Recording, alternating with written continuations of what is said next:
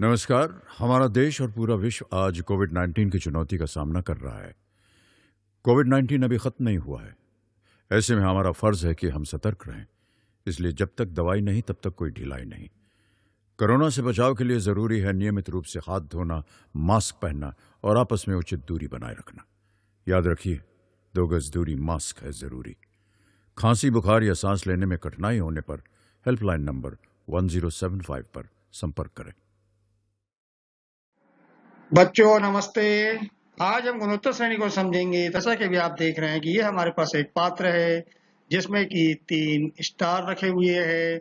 इस दूसरे पात्र में 6 स्टार रखे हुए हैं। इस तीसरे पात्र में 12 स्टार रखे हुए हैं और इस चौथे पात्र में 24 स्टार रखे हुए हैं। इसी प्रकार से यदि हम स्टार की संख्या बढ़ाते हुए रहेंगे तो आपको ये देखना है कि यहाँ पर 3 है, यहाँ 6 है, यहाँ पर 12 है, यहाँ पर 24 है। इसका अर्थ ये हुआ कि अगले पात्र में हमें 48 रखना होगा। इस प्रकार से हम अपने क्रम को आगे बढ़ाते रहेंगे। आइए इसको हम समझने का प्रयास करें। तो हमें यहाँ पर एक श्रेणी मिल रही है 3, 6, 12, 24, 48 एंड सो ऑन। इसके आगे हम और भी लिख सकते हैं। आइए हम 3, 6, 12, 24, 48 को दूसरे तरीके से लिखें। तो 3 को हमने लिख दिया 3 गुना 2 पर 0 की घात। 6 को हमने लिख दिया 3 गुना 2 पर 1 की घात। 12 को हमने लिख दिया 3 गुना 2 पर 2 की घात। 24 को हमने लिख दिया 3 गुना 2 पर 3 की घात और 48 को लिख दिया हमने 3 गुना 2 पर 4 की घात। हम यहाँ पर यदि देखें तो 3 है हमारे पास में गुणोत्तर श्रेणी का प्रथम पद और 2 को हम कहेंगे गुणोत्तर श्रेणी का सार्व अनुपात। सार्व अनुपात कैसे ज्ञात करते हैं? तो आपको ये पता होना चाहिए कि यदि हम द्वितीय पद में प्रथम पद का भाग दें या तृतीय पद में द्वितीय पद का भाग दें तो हमें सार्व अनुपात का मान मिलेगा। और ऊपर जो आप ये देख रहे हैं ये हमारे पास में घात लिखी हुई है 0, 1, 2, 3, 4। हम यहाँ पर ये देख रहे हैं कि अभी हमारे पास में ये पहला पद है, घात यहाँ पर 0 है। ये दूसरा पद है, घात यहाँ पर 1 है। ये तीसरा पद है, घात यहाँ पर 2 है। तो आइए इसको अब हम दूसरे और भी भिन्न तरीके से लिखने का प्रयास करें। तो यहाँ पर आप देख रहे हैं कि मैंने 3 को, चूंकि प्रथम पद है तो इसे ए लिख दिया, सार्वनुपात है तो मैंने इसको यहाँ पर आर लिख दिया। तो अब मैं इसे यहाँ पर लिख रहा हूँ ए आर पावर 0, इसे मैं लिख रहा हूँ ए आर पावर 1, इसे मैं लिख रहा हूँ ए आर स्क्वायर, इसे मैं लिख रहा हूँ ए आर पावर 3 और फिर मैं आगे लिख रहा हूँ ए आर पावर 4। इसी प्रकार से हम आगे लिखते रहेंगे। आइए हम देखें कि इस अंतिम पद को अब हम और किस तरीके से लिख सकते हैं। आइए हम इसको आगे बढ़ाते हैं। तो ए R power 0, A R power 1, A R power 2, A R power 3, A R power 4 and so on. इसी प्रकार से हम आगे लिखते रहेंगे। आइए हम देखेंगे यहाँ पर हम क्या परिवर्तन कर रहे हैं। तो ए आर पावर 0 को हमने लिखा है A R to the power 1 minus 1। A R power 1 को हमने लिखा है A R to the power 2 minus 1। A R square को हमने लिखा है A R power 3 minus 1। A R power 3 को हमने लिखा है A R power 4 minus 1। A R power 4 को हम लिख रहे हैं ए आर पावर 5 माइनस 1।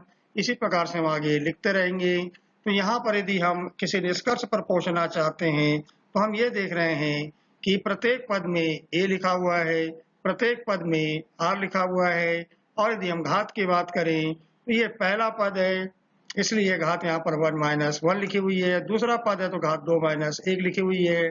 तीसरा पद है तो घात 3 माइनस 1 लिखी हुई है। चौथा पद है तो घात 4 माइनस 1 लिखी हुई है। तो आइए हम एक निष्कर्ष पर पहुंचते हैं कि यदि हमें गुणोत्तर श्रेणी का nवां पद ज्ञात करना है जिसे हम ए एन से प्रदर्शित करते हैं तो ए एन का मान हो जाएगा A R to the power n minus 1। जहां पर ए को हम कहेंगे गुणोत्तर श्रेणी का प्रथम पद, आर को हम कहेंगे सार्वनुपात और n को हम कहेंगे पदों की संख्या। तो मान लीजिए कि हमें यहाँ पर ये पांचवा पद ज्ञात करना है। तो पांचवा पद ज्ञात करने के लिए हम n के स्थान पर 5 रखेंगे तो हमें मिल जाएगा ए आर पावर 5 माइनस 1, जिसे हम सरल करेंगे तो हमें मिलेगा ए आर पावर 4। इस प्रकार से हमने गुणोत्तर श्रेणी का nवें पद का सूत्र ज्ञात कर लिया। ये 2 सूत्र आपको और याद रखना है जो कि गुणोत्तर श्रेणी के योगफल से संबंधित है। एस एन बराबर इसे ए कोष्टक में R to the power n minus 1 बटे में आर माइनस 1, जहाँ आर बड़ा है 1 से तो आपको यहाँ पर याद रखना है कि जब सार्वनुपात का मान बड़ा होता है 1 से, उस स्थिति में आपको इस सूत्र का उपयोग करना है। यदि सार्वनुपात का मान 1 से छोटा है, तब आप इस सूत्र का उपयोग करेंगे, अर्थात Sn बराबर इसे 1 कोष्ठक में 1 minus r to the power n बटे में 1 माइनस r। तो इन तीनों सूत्रों को आप बहुत अच्छे से याद कर लीजिए ताकि प्रश्नों को हल करने में आपको मदद मिलेगी। आइए अब हम कुछ प्रश्नों को हल करें। प्रश्न कुछ इस प्रकार है, गुणोत्तर श्रेणी 5, 25, 125 का हमें 10वां पद ज्ञात करना है। तो आप इस श्रेणी को देख रहे हैं कि यहाँ पर प्रथम पद का मान 5 है। सार्वनुपात का मान ज्ञात करने के लिए अर्थात r का मान ज्ञात करने के लिए हम 25 में 5 का भाग देंगे या 125 में 25 का भाग देंगे। तो r का मान हमें मिलेगा 5। हमें 10वां पद ज्ञात करना है अर्थात n का मान यहाँ पर 10 है। तो हम सबसे पहले मान लेंगे, माना कि गुणोत्तर श्रेणी का प्रथम पद a व सार्वनुपात r है। यहाँ पर हमने देखा कि a का मान 5 है। r का मान ज्ञात करने के लिए हमने द्वितीय पद में प्रथम पद का भाग दिया, तो हमें 5 मिल गया r का मान। अब हमें यहाँ पर सूत्र पता होना चाहिए। तो अभी आपको बताया कि an बराबर इसे होता है ar पावर n माइनस 1। अब हमें केवल n का मान रखना है, a का मान रखना है और n का मान भरना है। तो हमें ज्ञात करना है यहाँ पर a10 का मान। तो बराबरी से 5 गुना 5 पर 10 माइनस 1 की घात। आइए इसको हम आगे सरल करते हैं। तो a10 बराबरी से हमें मिलेगा 5 गुना 5 पर 9 की घात। तो a10 का मान हमें मिल गया 5 पर 10 की घात। तो ये इस प्रकार से हमने गुणोत्तर श्रेणी 5, 25, 125 का 10वां पद ज्ञात कर लिया और 10वां पद मिल गया हमें 5 पर 10 की घात। बड़ा आसान सा प्रश्न था। केवल आपको गुणोत्तर श्रेणी के nवें पद का सूत्र याद होना चाहिए। सूत्र आपके पास में है an बराबरी से ar पावर n माइनस 1। आइए अब हम एक अन्य प्रश्न को और सरल करें। प्रश्न कुछ इस प्रकार है, उस गुणोत्तर श्रेणी का 12वां पद ज्ञात कीजिए जिसका 8वां पद 192 तथा सार्वनुपात 2 है। तो यहाँ पर आपको 12वां पद ज्ञात करना है। इसके लिए आपको प्रश्न में जो जानकारी दी गई है वह दी हुई है कि 8वां पद 192 है और सार्वनुपात 2 है। तो सार्वनुपात 2 की मदद से हम यहाँ पर ज्ञात करेंगे प्रथम पद को। तो माना कि गुणोत्तर श्रेणी का प्रथम पद a है व सार्वनुपात r है। यहाँ पर आप देख रहे हैं कि 8वां पद 192 है। तो हम सीधे यहाँ पर लिख सकते हैं ar to the power 8 minus 1, क्योंकि अभी हमने सूत्र पढ़ा है an बराबरी से a r to the power n minus 1। क्योंकि हमें 8वें पद को लिखना है तो हम यहाँ लिखेंगे ar पावर 8 माइनस 1 बराबरी से 192।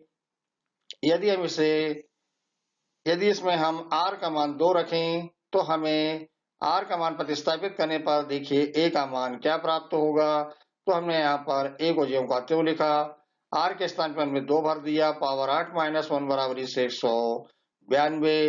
तो a गुना 2 पावर 7 बराबरी से 192।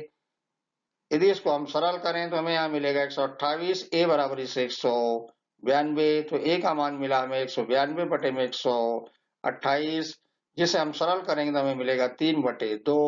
अब हमें a का मान प्राप्त हो गया है, r का मान प्राप्त हो गया है। तो अब हमें गुणोत्तर श्रेणी का 12वां पद हम आसानी के साथ ज्ञात कर सकते हैं, जैसा कि अभी हमने पूर्व प्रश्न में किया।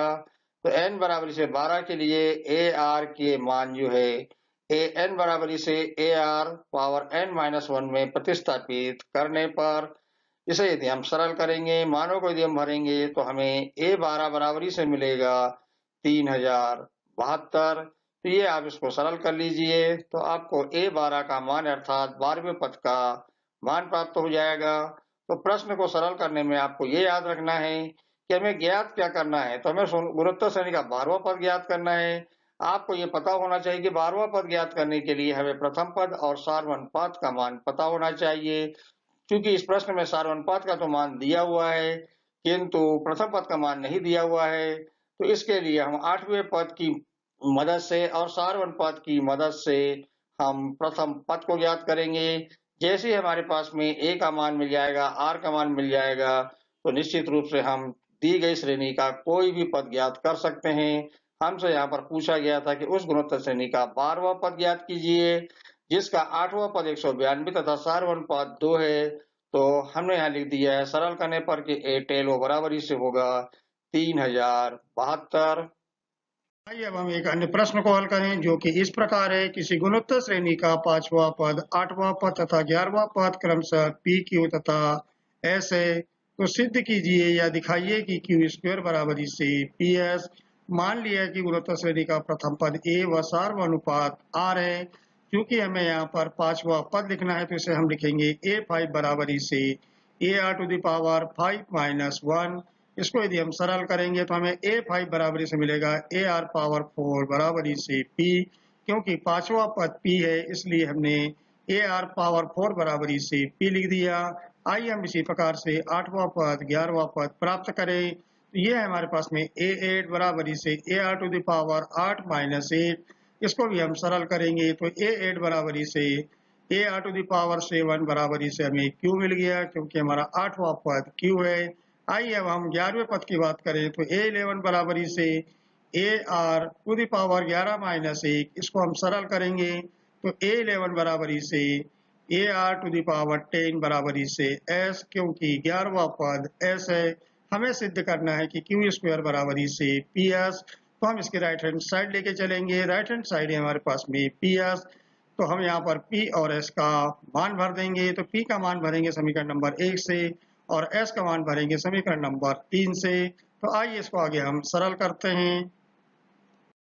आइए अब इसको अब आगे सरल करते हैं तो PS बराबरी से AR पावर 4 AR पावर 10, ये मान हमने समीकरण नंबर 1 व 3 से रख दिए हैं।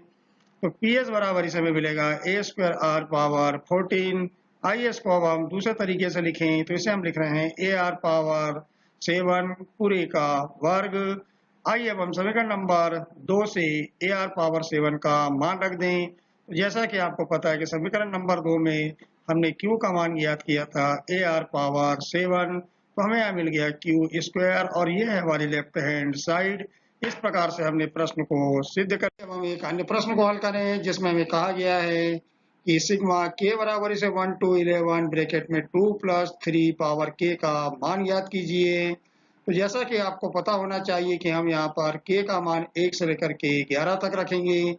तो k का मान क्रमशः 1 2 3 11 रखने पर हमें जो श्रेणी प्राप्त होगी उसका पहला पद होगा 2 + 3, दूसरा पद होगा 2 + 3 का वर्ग, तीसरा पद होगा 2 + 3 पावर 3 और अंतिम 11वां पद होगा इसका 2 + 3 पावर 11। क्योंकि हमें यहाँ पर इस श्रेणी का योगफल ज्ञात करना है इसलिए हम लिखेंगे सिग्मा k बराबरी से 1 to 11 ब्रैकेट में 2 + 3 पावर k। और जैसा कि आप देख रहे हैं कि हमें 2 से 2 को 11 बार जोड़ना है इसलिए हमने लिख दिया यहाँ पर 2 × 11। और इस श्रेणी के प्रत्येक पद के यदि हम दूसरे भाग को देख रहे हैं तो हमारे पास में यहाँ पर है 3 + 3 का वर्ग + 3 power 3 plus and so on + 3 power 11। जैसा कि आपको दिखाई दे रहा है कि ये हमारे पास एक गुणोत्तर श्रेणी है जिसका प्रथम पद 3 है और सार्वनुपात ज्ञात करने के लिए हम द्वितीय पद में प्रथम पद का भाग देंगे तो हमें सार्वनुपात r का मान भी 3 मिलेगा। तो सूत्र हमारे पास में है योगफल का Sn बराबरी से a ब्रैकेट में r to the power n minus 1 बटे में r माइनस 1। तो a के स्थान पे हम 3 रखेंगे, r के स्थान पर हम 3 रखेंगे और n के स्थान पर हम 11 रखेंगे। तो आइए हम देखें कि हमें गुणोत्तर श्रेणी के योगफल का मान क्या प्राप्त होगा। तो गुणोत्तर श्रेणी के योगफल का मान हमें प्राप्त होगा 3/2 ब्रैकेट में 3 पावर 11 माइनस 1। तो अभी हमने इस श्रेणी के योगफल का मान ज्ञात किया है। आइए श्रेणी के योगफल का मान हम यहाँ पर रख दें तो 2 × 11 बराबरी से हमें मिल गया 22 और इस श्रेणी के योगफल का मान मिला हमें 3/2 कोष्टक में 3 पर 11 की घात माइनस 1। यदि इसको हम सरल करेंगे तो आप ये पाएंगे कि हमें श्रेणी के योगफल का जो मान मिलेगा वह मान मिलेगा 2,65,741। तो ये इस प्रकार से हमने इस प्रश्न को सरल कर लिया। आइए अब हम NCERT के प्रश्न को सरल करें। अनुक्रम 88, 888, 8,888 के n पदों का योग ज्ञात कीजिए। तो इस रूप में ये श्रेणी गुणोत्तर श्रेणी नहीं है, परंतु इसे निम्नलिखित रूप में लिखकर गुणोत्तर श्रेणी में संबंध निरूपित किया जा सकता है। तो हमने सबसे पहले यहाँ पर श्रेणी को नोट किया और प्रत्येक दो पदों के बीच में धन का चिन्ह लगा दिया। तो इसे हमने लिख दिया SN बराबर इसे 8 धन 88 धन 888 धन 8888 धन एंड सो ऑन। हमें जाना है n पदों तक। आइए अब हम देखें कि इसमें हम किस प्रकार का परिवर्तन करने जा रहे हैं। तो SN बराबरी से हम लिखेंगे 8/9 ब्रैकेट के बाहर, अर्थात हमने प्रत्येक पद से 8/9 को उभयनिष्ठ लिया है। तो यहाँ पर पहले पद में बचेगा 9, फिर बचेगा 99, फिर बचेगा 999 और फिर बचेगा 9999। इस प्रकार से हम n पदों तक आगे बढ़ेंगे। ये यहाँ पर आपको चेक करना है कि 8/9 से यदि हम 9 का गुना करेंगे तो हमें 8 मिल जाएगा। 8/9 से यदि हम 99 का गुना करेंगे तो हमें 88 मिल जाएगा। इसका मतलब ये हुआ कि हमने इस स्टेप को बिल्कुल सही हल किया है। आइए अब हम इसमें और परिवर्तन करें। तो SN बराबरी से 8/9, 9 के स्थान पे हमने लिख दिया 10 - 1, 99 के स्थान पे लिख दिया हमने 100 - 1, 999 के स्थान पे लिख दिया 1000 - 1 और 9999 के स्थान पे लिख दिया हमने 10,000 -1 एंड सो ऑन। n पदों तक हम आगे बढ़ेंगे। आइए हम इसको आगे और सरल करते हैं। आइए सब आगे सरल करते हैं। तो ये भी आपने पूर्व पद में इस प्रकार के स्टेप को देखा है। आइए अब हम यहाँ पर और क्या परिवर्तन कर रहे हैं उसे हम समझ लें। तो 10 - 1 को हमने ज्यों का त्यों लिख दिया। 100 के स्थान पर हमने लिखा है 10 का वर्ग। 1000 के स्थान पर लिखा है हमने 10 पर 3 की घात और 10,000 के स्थान पर हमने लिखा है 10 पर 4 की घात। आइए इसको हम आगे बढ़ाते हैं। तो अब हम यहाँ पर 8/9 ब्रैकेट के अंदर हम लिखेंगे 10 धन 10 का वर्ग धन 10 पर 3 की घात धन 10 पर 4 की घात एंड सो ऑन n पदों तक। और यहाँ पर हम देख रहे हैं कि हमें -1 -1 को n पदों तक जोड़ना है। तो हमने माइनस साइन को यहाँ कॉमन ले लिया और कोष्टक के अंदर हम लिख रहे हैं 1 धन 1 धन 1। इस प्रकार से हम n पदों तक लिखेंगे। आइए इसको आगे हम और सरल करें।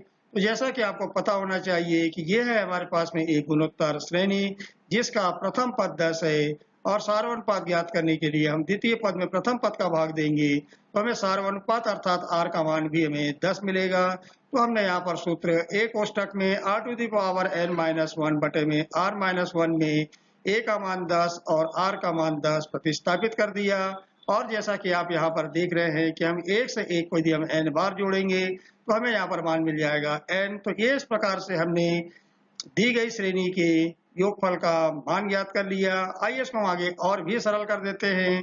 तो 8/9 ब्रैकेट के अंदर हम लिखेंगे 10, कोष्टक के अंदर 10 पर n की घात -1/9 माइनस n।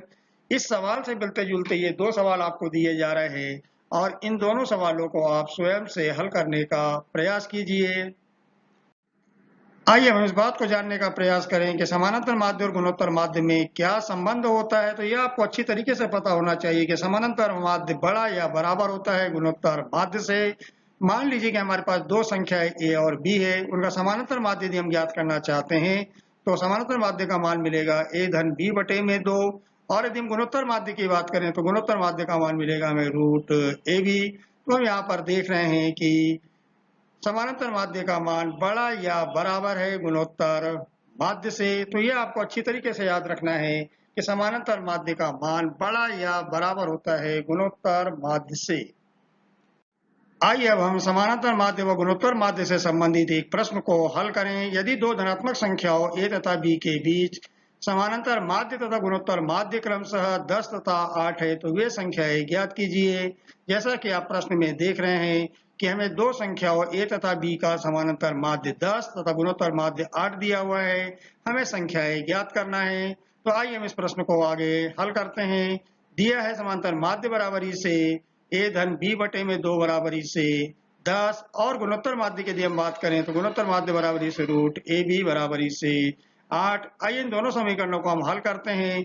तो समीकरण 1 व 2 से हम पाते हैं कि a धन b बराबरी से 20 और ab बराबरी से 64। यदि हम समीकरण नंबर 2 के दोनों पक्षों का वर्ग करेंगे तो हमें मिलेगा ab बराबरी से 64 जो कि हमारे समीकरण नंबर 4 है। आइए हम इसमें एक सर्व समीकरण का उपयोग करें ताकि हम a माइनस बी का मान ज्ञात कर सकें। तो आपको ये पता होना चाहिए कि जब भी हमें दो संख्याओं का योगफल और गुणनफल दिया हुआ है और उनका यदि अंतर ज्ञात करना है तब हमें इस सर्व समीकरण का उपयोग करना चाहिए।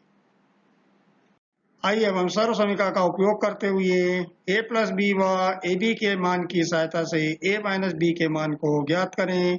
तो जैसा कि आपको पता होना चाहिए कि a minus B whole square के स्थान पे हम लिख सकते हैं a plus B whole square minus 4ab। a plus B का मान हम 20 रखेंगे, ab का मान हम 64 रखेंगे। तो a minus B whole square का मान हमें मिलेगा 144, a माइनस बी का मान मिलेगा हमें प्लस माइनस 12। आइए अब हम समीकरण नंबर 3 व 5 से चलते हैं। हमें संख्या ज्ञात करनी है।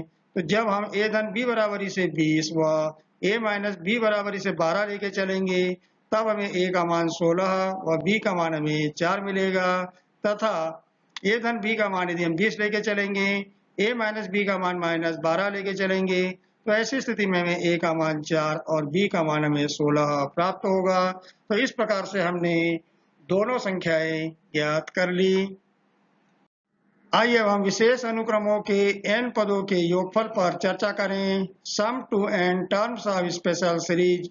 तो अब हम कुछ विशेष अनुक्रमों के n पदों के योग पर चर्चा करेंगे। वे निम्नलिखित हैं। पहली हमारे पास में विशेष अनुक्रम है 1 धन 2 धन 3 अप टू प्लस n तक। इसे हम कहेंगे प्रथम n प्राकृत संख्याओं का योग। यह है हमारे पास में दूसरा विशेष अनुक्रम 1 का वर्ग धन 2 का वर्ग धन 3 का वर्ग अप टू हमने इसे लिखा है n के वर्ग तक। इसे हम कहेंगे प्रथम n प्राकृत संख्याओं के वर्गों का योग। और ये तीसरा विशेष अनुक्रम है 1 power 3 plus 2 power 3 plus 3 power 3 plus 4 power 3 up to हम लिख रहे हैं n पावर 3 तक। इसे हम कहेंगे प्रथम n प्राकृत संख्याओं के घनों का योग।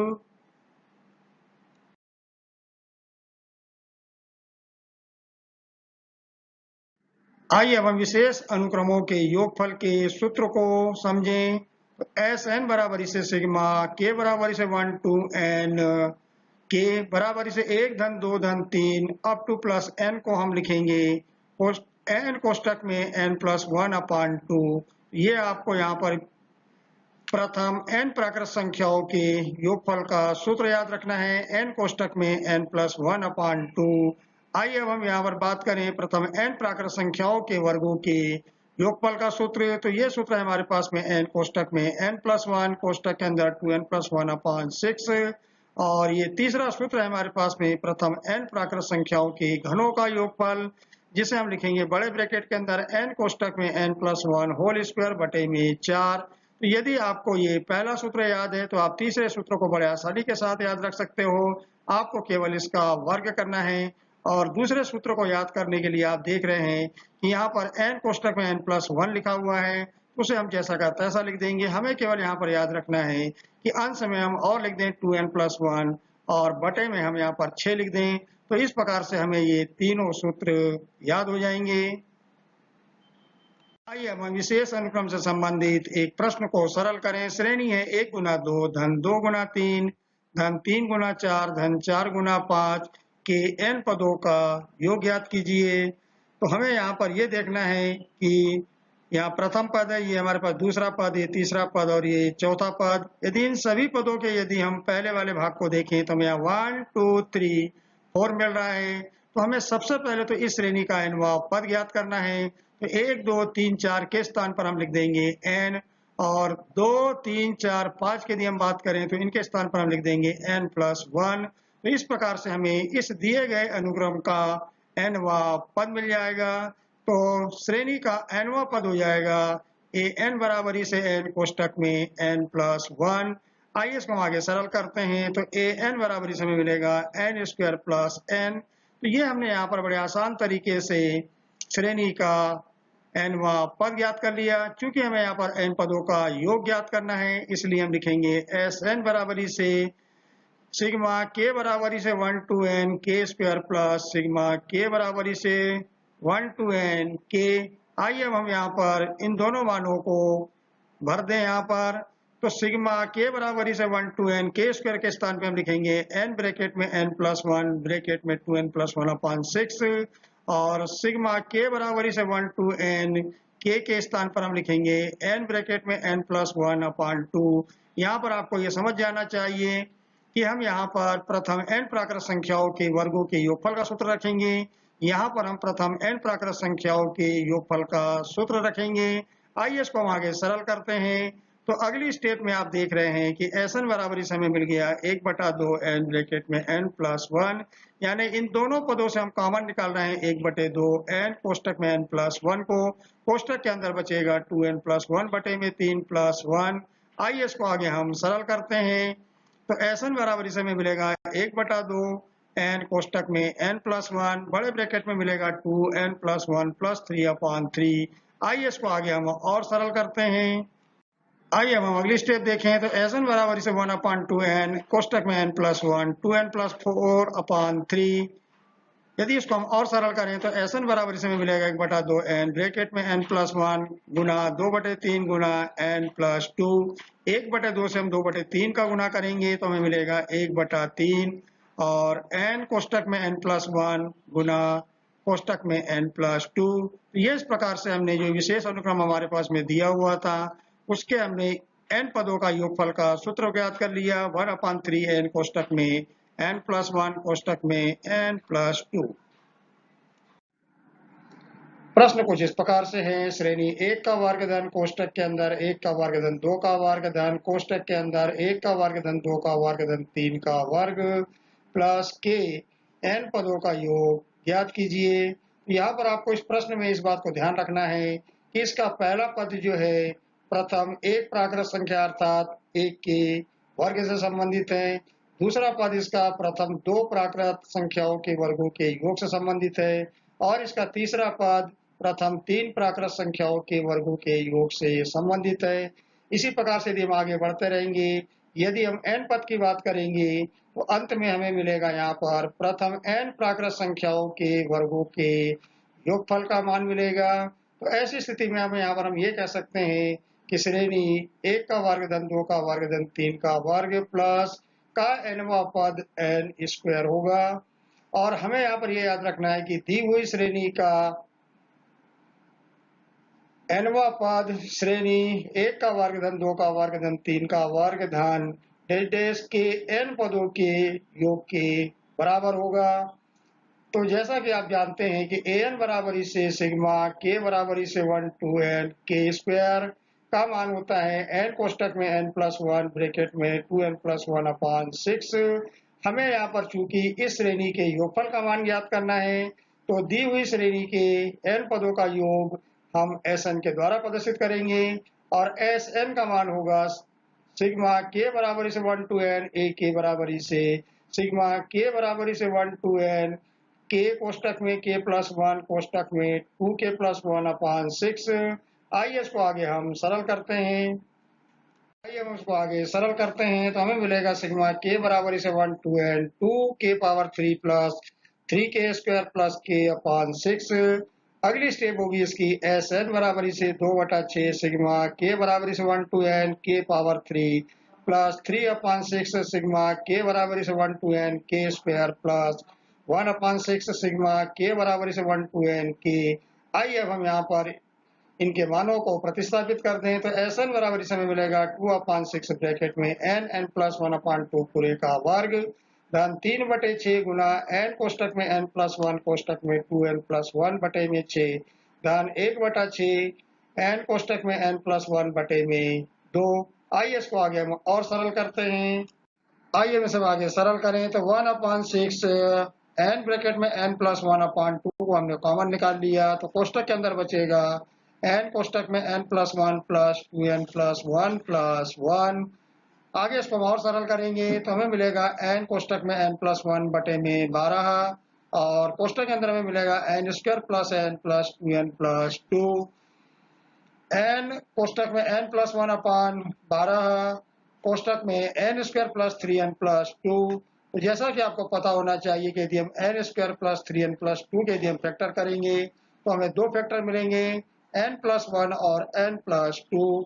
इस प्रकार से हमें Sn का मान मिल गया n कोष्टक में n+1 पूरे का वर्ग कोष्टक में n+2 बटे में 12। तो ये इस प्रकार से हमने इस प्रश्न को सरल कर लिया।